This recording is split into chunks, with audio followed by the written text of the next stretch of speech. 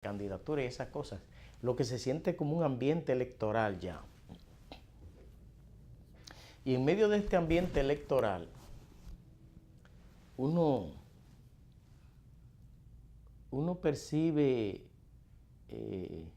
cosas que parecen ilógicas. Yo leía en uno de los periódicos a uno de los dirigentes políticos de Santiago que decía: Danilo tiene asegurada la reelección.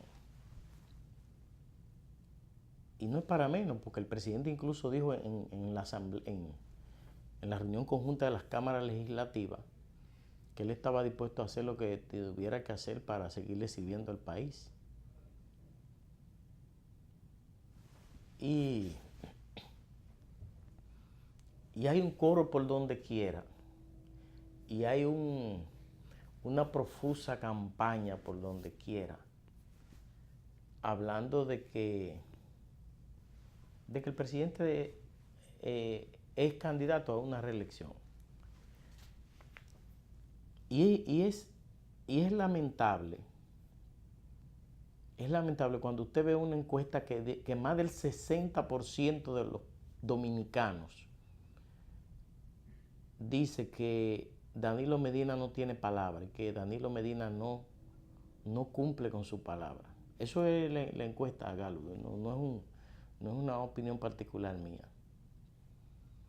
Y hace meses yo decía, porque el gobierno insistía y los funcionarios insistían que no, que el presidente no estaba en un laborantismo político, que el presidente no iba a buscar una segunda repostulación.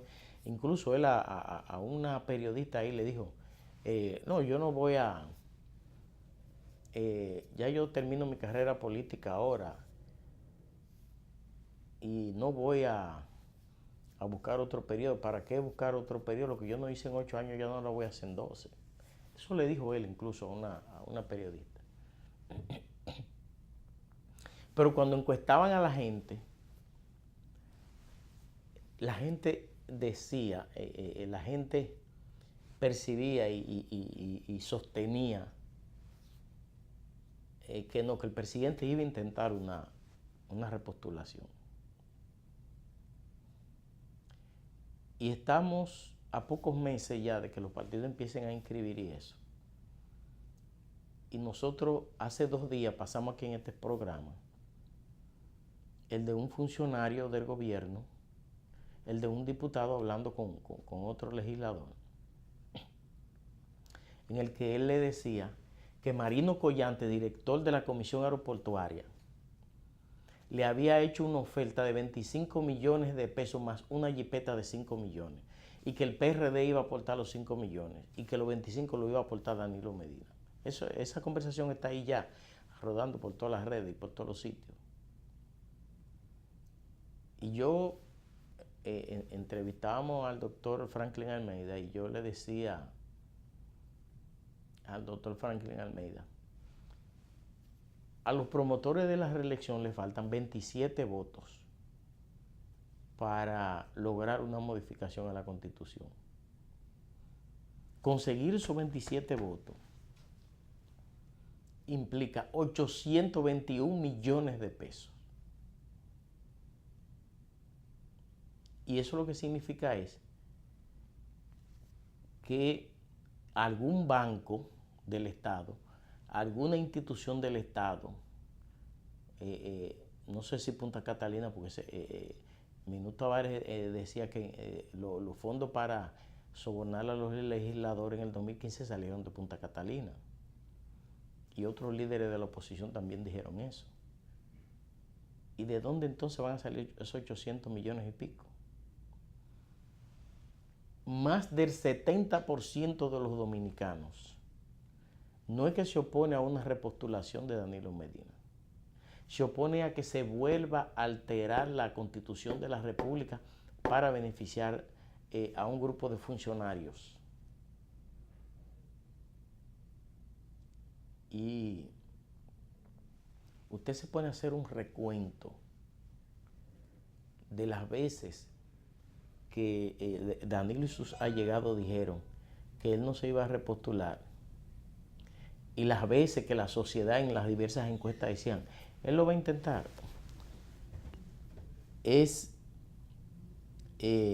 yo dije aquí esa vez, es un problema de credibilidad lo que hay.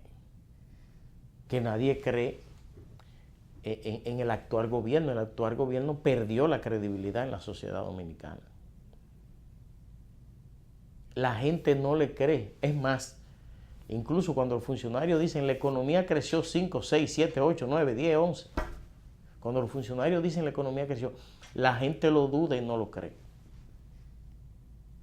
Cuando los funcionarios dicen el sector agropecuario creció 11%, la gente lo duda y no lo cree. Cuando los funcionarios dicen el sector minero creció 5%, la gente lo duda y no lo cree.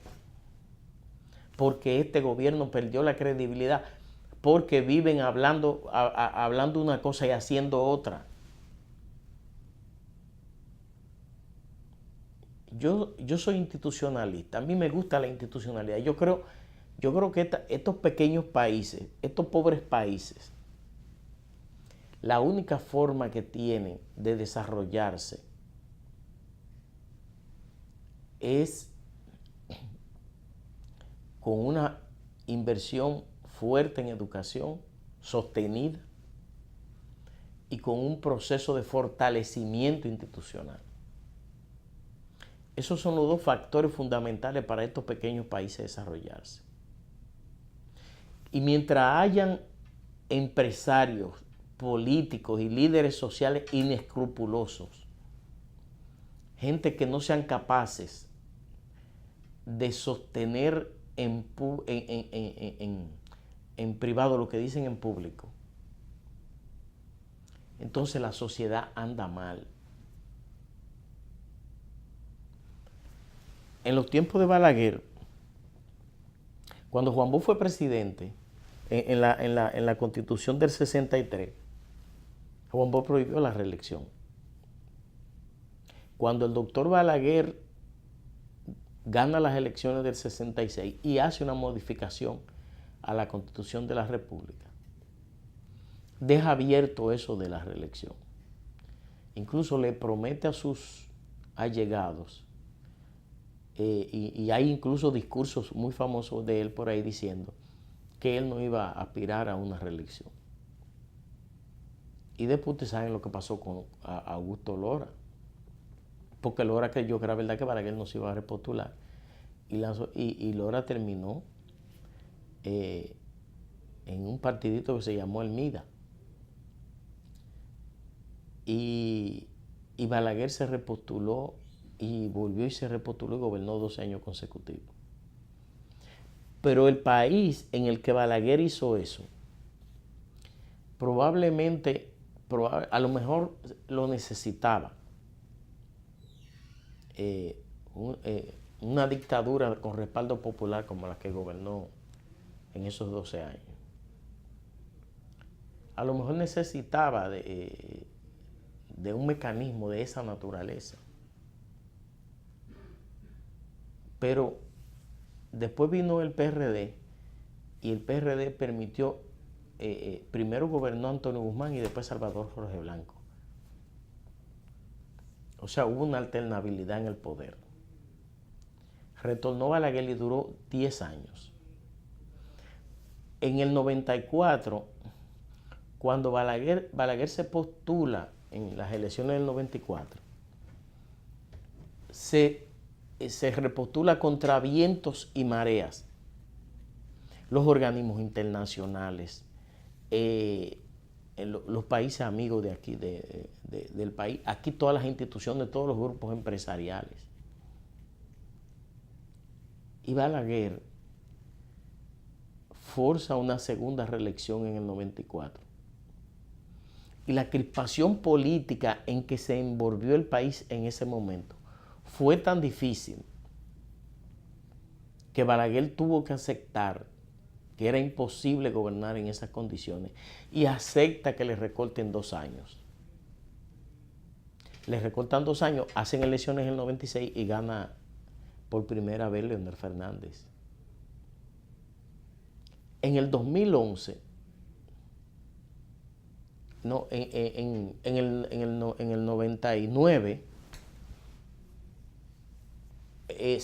diversos sectores se acercaron a Leonel Fernández a plantearle que busque una repostulación, que modifique la Constitución y busque una repostulación. Y en ese entonces, Leonel dijo que él no se prestaba a eso, que él no hacía eso, que él tenía un profundo respeto por la historia. Que me lo contó uno de los que estaba ahí. Me lo contó uno de los que estaba ahí en el apartamento del doctor Leonel Fernández, cuando una comisión de diversos dirigentes políticos fueron al apartamento de él ahí en la México a plantearle que acepte una modificación a la Constitución para que él se repostule en el 99. Y me dice esa persona que cuando los otros le plantearon a él que vayan donde Leonel, él de antemano le dijo a ellos, no lo va a aceptar. Yo se los digo a ustedes ahora, no lo va a aceptar. Y con una mayoría congresional, con todos los vientos a su favor para hacer una reforma y quedarse en el poder, Leonel no aceptó esa reforma. Y fue hasta beneficioso para él, porque 4 años después asume al poder y gobierna 8 años. En el 2011 fueron muchos los sectores que presionaron a Leonel Fernández para que acepte. En ese momento habían quienes sostenían que Leonel no tenía que modificar la Constitución porque la reforma constitucional que se había hecho, una reforma constitucional completa se había votado el 26 de enero del 2010. Y esos sectores le decían a Leonel que como esa Constitución se había votado el 26 de enero del 2010, no había que hacer una modificación constitucional, sino partiendo de que esa Constitución había iniciado en el 2010 y las constituciones legislan a futuro, entonces lo que esa Constitución establecía, lo establecía a futuro. Y que por lo tanto él podía repostularse. Eso me lo contó, me lo han contado 2 o 3 personas que estuvieron en ese momento. Incluso yo participé una vez en una reunión de un ingeniero con un abogado amigo mío. Y ese ingeniero nos contó que eso no era posible, que Leonel Fernández no estaba en eso. O sea, en el 2011, con todos los vientos a su favor, Leonel pudo lograr una nueva repostulación en el 2011. Incluso Vinicio Castillo ha dicho públicamente que él fue con José Tomás Pérez y con Manuel Brito allá donde Leonel a plantearle que apoye a José Tomás. Y Leonel en ese momento les dijo, miren, yo tengo que hacer lo que diga el partido. Y lo más seguro, lo más probable es que Danilo Medina sea el candidato, porque eso se siente. Yo no voy a hacer eso. Y Danilo fue candidato presidencial porque Leonel se negó a respaldar a algún precandidato al interno del PLD. Y entonces Danilo Vaca fue candidato en el 2012 y gana las elecciones. El respeto a las instituciones, el respeto al orden institucional, a la constitución de un país, es parte del elemento básico que necesita un país para desarrollarse. Si este país sigue con ese relajo, y hay muchos grupos económicos que como le van a dar su tajada, y nosotros lo denunciamos aquí en este programa, que habían sectores económicos que le estaban planteando al gobierno que estaban dispuestos a respaldar una modificación a la Constitución para que Danilo Medina a cambio de que le elimine la cesantía a los trabajadores. Y aquí eso estuvo en marcha. Y se paró porque el gobierno sabía que si eso seguía, eso le iba a hacer un hoyo en su aprobación pública. Pero yo creo que la cesantía es un logro que han tenido los trabajadores dominicanos. Pero yo le voy a decir una cosa a ustedes. Parte del negocio que se pretende hacer para lograr una repostulación es eliminar la cesantía a los trabajadores. Y yo le voy a decir una cosa a ustedes. Eso no se va a dar. Eso no se va a dar porque en la Cámara de Diputados específicamente, esa reforma que tanto anhelan los grupos del gobierno no será posible. Buenos días, Buenos días, Manuel, ¿cómo está la cosa? Buenos días al país, a todos los amigos que nos escuchan en cualquier punto que se encuentre un dominicano. Vemos, Alexander. No, los dominicanos aparecen hasta bailando en los programas. Oye, es increíble. Donde tú menos crees, sí, te encuentras con un buen samaritano dominicano. Con un Dominican people. Así es. La verdad es que en cualquier lugar del mundo donde uno pudiera no imaginárselo, ahí está, echando la batalla en sus actividades con las características propias y únicas del dominicano. El tema que quiero iniciar, Alexander, en el día de hoy, tiene que ver con el caso de la persona que se ha anunciado que falleció a raíz del inicio que se iba a someter a un procedimiento de cirugía plástica. La verdad es que en la República Dominicana, y de entrada he de decir que los pacientes, si ella era un paciente, porque no sé si califica desde el punto de vista médico que una persona que se vaya a hacer un procedimiento para un asunto estético pueda identificarse como paciente, salvo que no sea un proceso de salud por una obesidad o una situación de esa naturaleza, si se le pudiera llamar paciente. Pero de todas formas, maneras, fue una clínica donde en los últimos años, en los últimos tiempos, ha venido teniendo un historial cuestionado, y el mismo médico que hizo el procedimiento.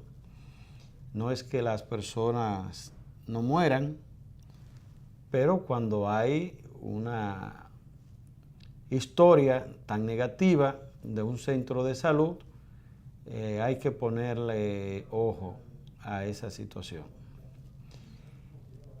Hace poco se dio a conocer en la República Dominicana con bombo y platillo la fuerza, el empuje, la importancia, el movimiento y la atracción de la República Dominicana, si así pudiera señalarse, con el turismo de salud. Muy bien, es importante todas estas cosas, pero es de observarse que debe haber un estricto seguimiento, evaluación, criterios de estos centros. Porque a veces se cierra un centro, que no se trata de cerrar un centro como que el problema es el edificio, es la infraestructura, y ese médico, aún con una suspensión en ese lugar, viene entonces y se va a clínicas o a centros de estas características a hacer los procedimientos. Porque se la cede un amigo y sigue con sus clientes. Pero también la gente debe tener el cuidado, la prevención de manera individual, porque muchas de estas personas que vienen, en el caso de las dominicanas o dominicanos, que vienen por unas vacaciones, por 15 días, 20 días, un mes, se quieren hacer 3 y 4 procedimientos, no sé, para sus senos, otro para su pompi, otro para acá, para allá.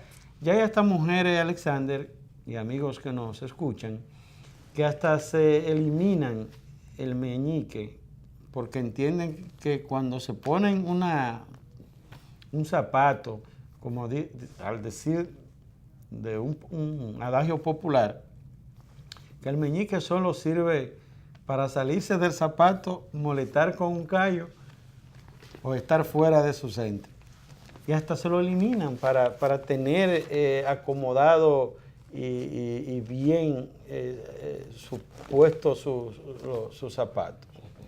La verdad es que hay una gran preocupación porque de vez en cuando, y sin que ese vez y ese cuando sea muy largo, el país es sorprendido con estas noticias que llevan dolor, tristeza, preocupación a familias. Y es la que recientemente se ha dado la noticia de un hecho de mucho lamentar. Y la verdad es que la gente se desespera en estos asuntos. Vienen por un mes, como estábamos señalando, y le dice el médico incluso que no puede hacerse tantos procedimientos en un periodo tan corto, y la gente le insiste al médico, dele para allá, pero que un asunto de ética también del médico, de negarse a no practicarle a un paciente o a un cliente varios procesos, sí, real y efectivamente esas personas, sus condiciones para sangrar, condiciones de que se requiere de protección de la salud de esa persona, incluso no son 2, más aplicarle 4. Entonces a la gente también se les dice, miren señores, usted tiene que tener este protocolo de dieta, de reposo. No, y la gente arranca por ahí, se tiene que ir, toma un vuelo, y otros no solo toman un vuelo, sino que como es una persona estéticamente cambiada desde el punto de vista de esa vanidad y esos criterios, sin que esto no signifique que la gente no debe tener un aspecto de presentación por un manejo y un cuidado de alimentación, de ejercicio, de salud. Entonces también le dicen, tiene que estar usando este tipo de ropa, se engancha unos jeans, un tipo de ropa, porque vamos a exhibirnos. Porque fíjense cómo estoy. Entonces hay en el país esta situación planteada siempre, que lleva gran preocupación, pone en tela de juicio la ética, la calidad profesional de una serie de personas que están vinculadas profesionalmente hablando a este negocio, a esta actividad. Y la verdad es que estamos siempre presenciando situaciones de esta naturaleza, al punto de que hay centros médicos de manera también particular que son recurrentes en esta situación. Y se percibe de parte de las autoridades de salud un poco de dejadez en monitorear estos centros para los levantamientos desde el punto de vista profesional de qué autoridad estamos profesionalmente hablando para hacer estas intervenciones profesionales estéticas. Entonces, por ahí vemos el dolor que embarga a muchas de estas familias en este aspecto. Mira, Brito, ese es un tema recurrente. Y yo recuerdo que una vez en una entrevista que tuvimos con la doctora Altagracia Guzmán Marcelino, cuando era titular del Ministerio de Salud Pública, en un encuentro que ella hizo ahí en el Paraboloide, y había muchísimos periodistas ahí. Y en ese entonces Altagracia Guzmán Marcelino se refirió a ese tema. Y hablaba de cómo Salud Pública iba a enfrentar ese problema. Aquí hay ginecólogos que se han metido a hacer operaciones de estética. Aquí hay dermatólogos que se han metido a hacer operaciones estéticas. Porque hay un mercado abundante en eso. Hay mucha gente haciéndose. Y los costos. Salen más baratas esas intervenciones que en cualquier otro país. Sí, sí. Pero ese es un cáncer que está haciendo metástasis aquí. La República Dominicana, si regula ese mercado y le pone orden y sanciona severamente a quienes cometan esas prácticas, esas malas prácticas, la República Dominicana pudiera tener un mercado de salud muy bueno ahí. Porque una persona que del extranjero viene aquí a hacerse una operación de ese tipo, cuando por allá se la van a calcular en dólares, aquí se la calculan en pesos, que tal 50 por 1, bueno, pues le sale relativamente a buen precio. Y eso hace que ese mercado se active mucho y eso hace que aquí pudiera venir mucha gente a hacerse esa operación. Incluso hemos visto en esas novelas del narcotráfico que se producen en Colombia, México y esos países, incluso hemos visto que hasta ahí hay un mercado muy, muy activo, un mercado de estético muy activo. Pero parece ser que la fortaleza que el gobierno le había dado al combate de esas malas prácticas en las operaciones estéticas, parece que el gobierno se cansó de eso. Incluso esa clínica en la que se le practicó o se intentó practicarle esa operación a esa señora, había sido cerrada ya. Está ahí en la Pedro Enrique Ureña, antes de llegar a la Tiradentes. Y esa clínica había sido cerrada ya. Y aquí hay médicos que han sido recurrentes en ese tipo de prácticas médicas y no han sido sancionados con la severidad que amerita el caso. A lo mejor, no sé, no recuerdo, pero a lo mejor el colegio médico hasta sale a defender esos carniceros que no son médicos. Entonces yo pienso que el gobierno le haría un gran favor a esta sociedad y haría un gran favor a la economía de este país si el gobierno se tomara un momento para ordenar esas cosas, para atender esas malas prácticas, para condenar ese tipo de acciones. Aquí hay un laissez-faire, que pase lo que pase, a nadie le importa.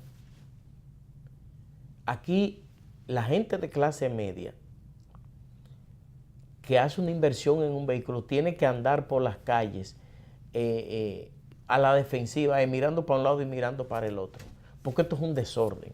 Por ahí anda un grupo de delincuentes con volante, haciendo lo que le venga en gana y eso a nadie le importa. Usted va aquí a los supermercados y están vendiendo cosas vencidas y aquí eso no le importa a nadie. O sea, aquí hay un verdadero relajo en esta sociedad. Esta sociedad está que se salve quien pueda.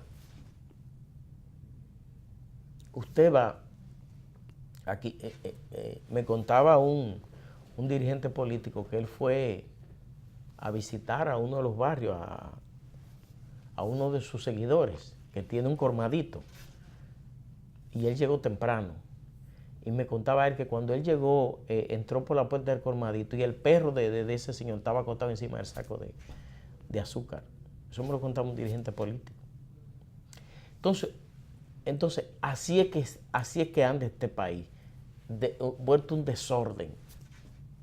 Ahora precisamente cuando yo venía para acá, estábamos en una fila de vehículos para entrar a la Lincoln y hubo un gracioso que se subió la mitad pero una jipeta nueva, un vehículo en buen estado, que yo no me explico cómo una gente que hace una inversión de esa naturaleza comete una situación como esta. Pero no la hace la inversión en el cerebro. Subió, exactamente, subió la mitad del vehículo en la acera y la otra mitad abajo, para él cruzarle a todos los demás por el lado derecho y salir a la Lincoln primero que todo el mundo. Y eso no le importa a nadie. Entonces, en ese relajo, en ese desorden, está este país inmerso. Y el gobierno, en vez de ponerse a trabajar porque esas cosas se hagan, aquí los funcionarios del gobierno lo que andan es en un laborantismo político permanente. Mientras esa situación irresponsable y poco seria está convirtiendo este país en un desorden. En estos días me decía una doctora, una médico, amiga, muy querida, me decía ella, que ella a veces hasta piensa en irse de este país. Que ella, porque ella transitaba por ahí, por la Sarasota, por ahí. Y otro conductor le hizo una imprudencia y le obligó a ella a hacer una reacción rápida. Pero el policía quien vio que cometió la falla fue a ella. Y a quien la sancionaron fue a ella. Y entonces así es que está este país, un desorden. Yo pienso que alguien tiene que ponerle un pare a esto. Sí, indudablemente, Alexander, que esto en modo alguno, ni es la intención, significa de que en la República Dominicana no tengamos los centros en términos de institución o de instituciones de salud que tengan la capacidad, el protocolo, las condiciones profesionales y de manera individual los profesionales adecuados para estos procedimientos. Lo hay. La verdad es que, sin ponerse en duda, la República Dominicana ha crecido vertiginosamente en lo que es la salud, el turismo de salud. Y se ha creado incluso por ese movimiento, se ha convertido en una gran industria. La Asociación Dominicana del Turismo de Salud.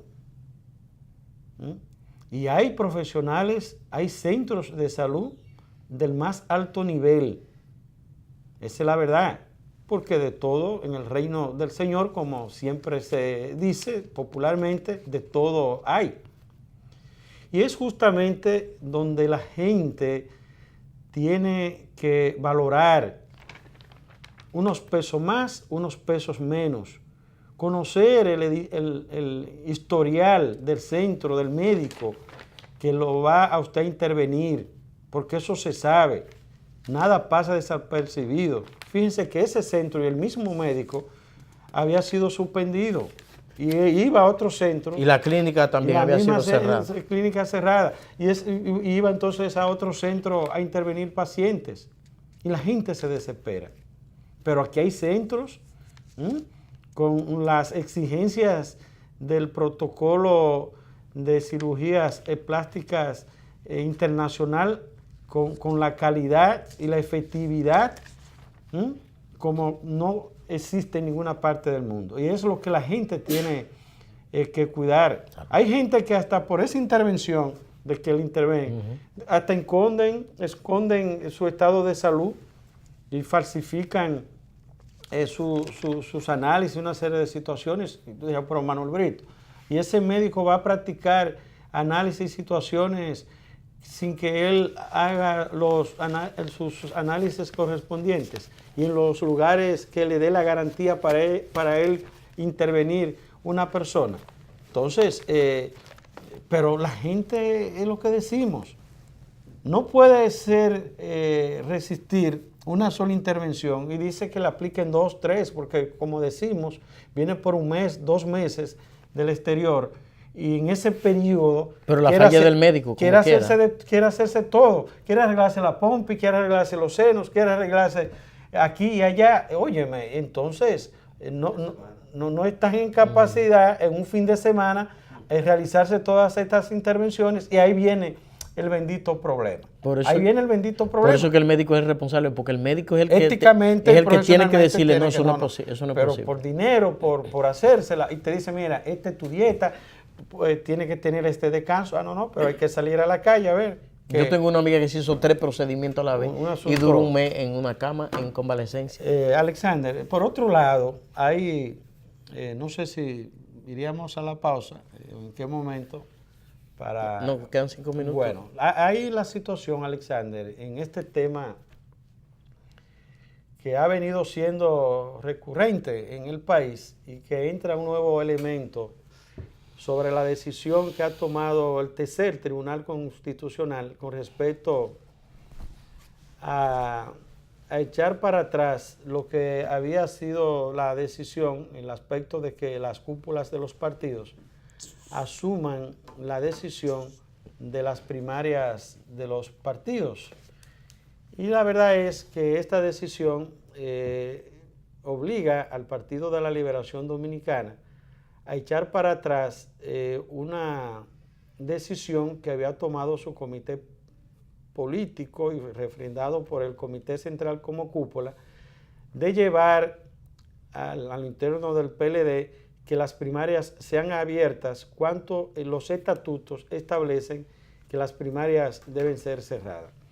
Y en esa dirección ahora, ya no para adecuarlo, porque con esa decisión de que la cúpula decidió ese aspecto, echa para atrás esa decisión. Y por lo tanto, una decisión estatutaria tiene que ser a lo interno del PLD, como dicen sus estatutos, en un congreso que decida ahora que si lo va a asumir como primarias abiertas, debe contar en los estatutos y, como dice la ley de partido, que no contravenga la ley de partido, esos estatutos, ni la propia constitución del país. Entonces, ahora el PLD tiene que abocarse a un congreso que decida el asunto de las primarias abiertas, si el consenso se mantendría a lo interno del PLD, de que se siga con esa decisión, pero debe estar contada a lo interno de esa organización política. Entonces, unas primarias abiertas y un tema que se ha manoseado, que diría uno que hasta asco pudiera dar frente al país por lo mucho que se ha tratado. Entonces, hacer primarias abiertas a lo interno del PLD, y muchos opinan, y que solo el PLD es que la tiene abiertas, que por ser abiertas esas primarias tiene que ser con el padrón universal de los electores de la Junta Central Electoral.